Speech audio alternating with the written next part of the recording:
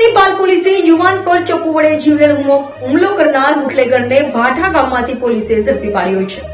પાલ વિસ્તારના ભાઠા ગામ ખાતે બુટલેગર દ્વારા યુવક ઉપર ચાકુથી જીવલેણ હુમલો કરવા મામલે પાલ પોલીસે આરોપી બુટલેગર નયનભાઈ જગદીશભાઈ પટેલને ભાઠા ગામ ખાતે ધરપકડ કરી છે।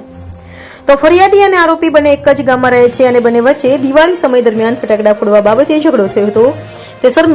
સમય દરમિયાન ફરિયાદીએ આરોપી સાથે મારામારી પણ કરી હતી, જે અદાવત રાખી આરોપી બુટલેગર નયન પટેલે ફરિયાદી સાથે 3 દિવસ પહેલા ઝઘડો કરી ચાકુથી હુમલો કર્યો હતો, જેમાં ફરિયાદી ગંભીર રીતે ઇજાગ્રસ્ત થતા સારવાર અર્થે હોસ્પિટલ ખસેડવામાં આવ્યો હતો, જ્યાં ફરિયાદીએ આરોપી બુટલેગર નયન પટેલ વિરુદ્ધમાં હત્યાની કોશિશની ફરિયાદ નોંધાવતા પાલ પોલીસે આરોપી બુટલેગર નયન જગદીશ પટેલની ભાઠા ગામમાંથી ધરપકડ કરી હતી। પાલ પોલીસ સ્ટેશનમાં ભાઠા ગામ આવ્યું છે। એની અંદર આ કામનો આરોપી અને ફરિયાદી બંને જણા છે અને આરોપીને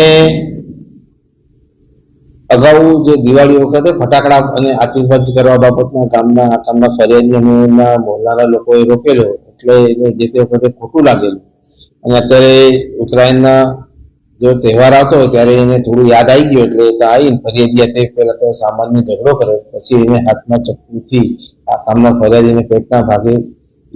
ચપ્પુ મારી દીધો અને ઈજા કરેલ છે, જેથી તાત્કાલિક ફરિયાદીને દવાખાનામાં લઈ ગયા અને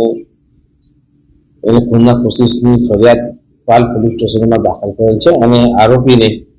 પકડી પાડેલ છે। બનાવ રાતના 9:30 વાગ્યાના આસપાસ બન્યો છે। એની અંદર આ કામના ફરિયાદી જયારે ઘરે હતા અને ફેમિલી હતી ત્યારે આ કામના આરોપી આવેલ હતા અને એમના હાથે બોલાચાલી કરી કે મને કેમ તમે દિવાળી ઉપર ફટાકડા ફોડવા દીધા અને આતિશબાજી કરવા દીધી ને, તે અનુસંધાનમાં થોડી બોલાચાલી થઈ, પછી ચપ્પુ સાથે લાવેલો તો ચપ્પુથી એને આરોપી છૂટક મજૂરી અને ખેતી કામ કરે છે હાલમાં।